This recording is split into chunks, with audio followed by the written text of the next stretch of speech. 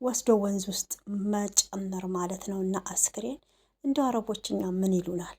ኢትዮጵያዎች ሀበሻዎች በቃ የሰው ስጋ ይበላሉ፣ የእህታቸውን የቤተሰቦቻቸውን አርደው ይበላሉ እያሉ እውነት አሁን በሰላም ልጆቹን ቤተሰቡን የሚረዳውን ሀበሻ ስም የምታቆሽሹ ኢትዮጵያን ስንት ኢትዮጵያን ያለው ስንት አይነት ኢትዮጵያን ያለ ነው። በእውነት በጣም ያሳዝናል እና በጣም ነው የሚያሳዝነው። እንግዲህ አብርሽ የቄራው ስለዚች ስለሞተችዋ ልጅ ስለ ገዳዩዋ ፎቶ ያው ቤተሰብ ስላልሰማና ስላልወረደ ነው እንጂ ብሎ እንግዲህ ፊቷን ሸፍኖ አምጥቷታል። ማንነቷ ታይቷል ማለት ነው በእውነት ከዛ በጸሎት የምንወጣውን እዚህ ደግሞ መተን እህታችንን የምንገለው አብራ እንዴ!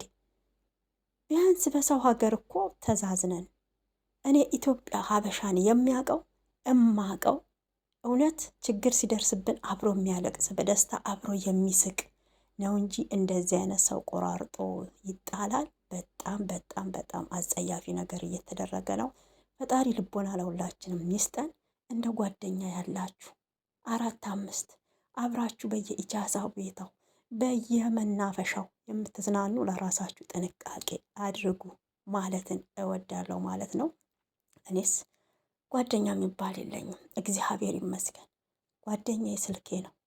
ቤተሰብ ተደወለልኝ ደወለልኝ ነው፣ ታልደወለልኝም እውነት ኮሜንቴን እያየው ዘና የምለው በስልኬ ነው። እና ከፈጣሪ በታች ጓደኛ የሚባል አያስፈልግም ማለት ነው። ይሄ አብሮ አደጌ አፈር ፈጭቼ ያደጉት የምትሉት የለም ከእግዚአብሔር ሰላምታ ውጭ። በእውነት በሰው ሀገር ላይ በጣም ነው የሚያሳፍረው። አሁን እንዴት ነው አረቦች እኛን አምነው የሚቀጥሩን?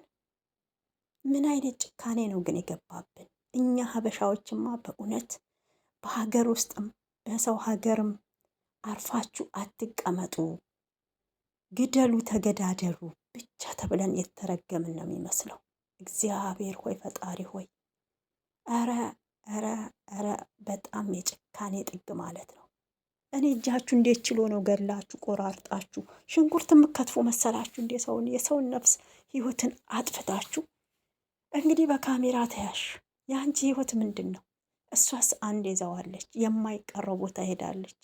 አንቺ ገዳይዋ ግን 2 ሞት ነው የምትሞችው። አንደኛ በነፍስ ማጥፋት፣ ሁለተኛ ደግሞ ሀሳብሽን እቅድሽን ሳታሳኪ በእስር ቤት መበስበስ፣ ለቤተሰቦችሽ ጠንቅ መሆን